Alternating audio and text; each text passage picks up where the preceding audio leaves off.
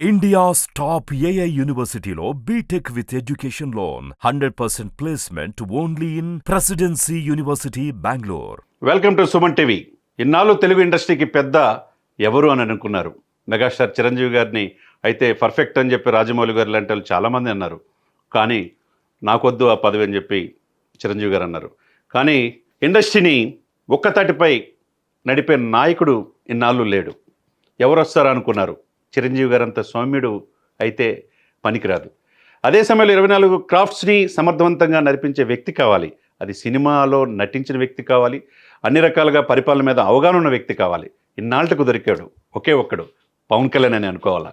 ఎందుకంటే ఒకవైపు రాజకీయాలను శాసిస్తున్నాడు, ఆంధ్రప్రదేశ్లో కొత్త ప్రభుత్వం ఏర్పడటానికి కారణమయ్యారు. రెండో వైపు చూస్తే దేశ రాజకీయాల్లో మోదీ గారు మూడోసారి ప్రధానమంత్రి అవడానికి కారణమయ్యాడు. ఎక్కడా ఒక్కసారి ఎమ్మెల్యే కాల. కానీ తన దశాబ్దం పైన పోరాటం ప్రజలు అతన్ని ఆశీర్వదించబట్టి ఈరోజు మోస్ట్ టాలెంటెడ్ పొలిటీషియన్గా ఈ దేశ రాజకీయాల్లో ఉన్న పవన్ కళ్యాణ్ గారు ఇండస్ట్రీ జోలికి ఎందుకు వచ్చాడు? ఎందుకు పవన్ కళ్యాణ్ గారితో ఈ సినిమా పెద్దలు పెట్టుకున్నారు అంటే ఒక్కసారిగా చూస్తే కనుక కొంతమంది చేతిలో అంటే ఉభయ తెలుగు రాష్ట్రాల్లో 1500 థియేటర్లు ఉంటే దాంట్లో ఆల్మోస్ట్ 1300 థియేటర్లని ఆ నలుగురే పంచుకున్నారు. ఆ నలుగురు చేతిలోనే ఉన్నాయి. చిన్న సినిమాలు చనిపోతూ ఉన్నాయి, పెద్ద సినిమాలు వీళ్ళకి నచ్చినట్టే వాడుకుంటున్నారు. పెద్ద సినిమాలకి వీళ్ళ కొడుకులు వీళ్ళ సినిమాలు కనుక ఆడాలనుకున్నప్పుడు టికెట్ల రేట్లు పెంచుకోవడానికి ఆయా గవర్నమెంట్ దగ్గరికి వెళ్ళి వ్యక్తిగతంగా అడిగి ప్రాధాయపడి తెచ్చుకుంటున్నారు. కానీ దీనివల్ల ఒరిగిందేంటి? ఆంధ్రప్రదేశ్తో పాటు ఉభయ తెలుగు రాష్ట్రాల్లో ఇన్నాళ్ళు జరుగుతున్న మోసాన్ని ప్రజలకు చూపించిన ఏకైక నాయకుడు పవన్ కళ్యాణ్ గారు. ఎందుకంటే పవన్ కళ్యాణ్ గారు మిగతా వాళ్ళగా మాటలు చెప్పడు, మిగతా వాళ్ళగా చెప్పకుండా చేయడు, చెప్పే చేస్తాడు.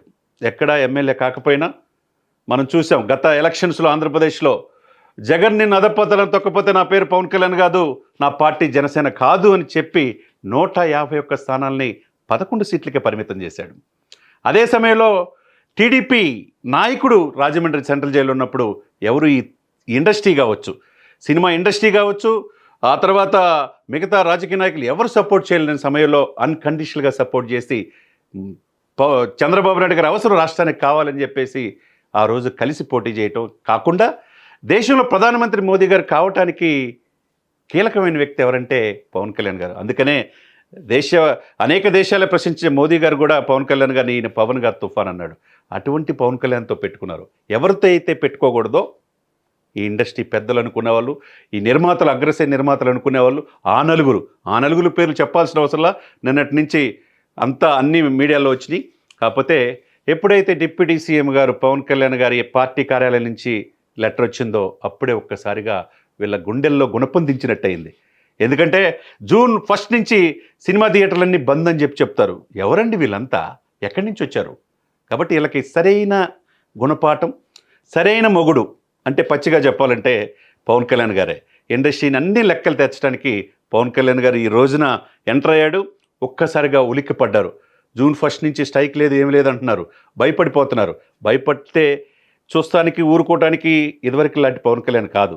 ఎందుకంటే పవన్ కళ్యాణ్ గారు ఆ రోజే చెప్పాడు అధికారంలో వచ్చిన తర్వాత, అల్లు అరవింద్, అశ్విని దత్ మిగతా వాళ్ళంతా వెళ్ళినప్పుడు మీరందరూ కలిసికట్టుగా రండి, మీ సమస్యలు పరిష్కరిస్తాం, షూటింగ్లో ఆంధ్రప్రదేశ్ కూడా చేసుకోండి అని చెప్పినప్పుడు ఓకే అని చెప్పిన ఈ ప్రముఖులు 1 year అయినా కూటమి అధికారంలో వస్తే సాక్షాత్తు ఆ చంద్రబాబు నాయుడు గారు కలిసింది లేదు, ఆయన సత్కరించింది లేదు.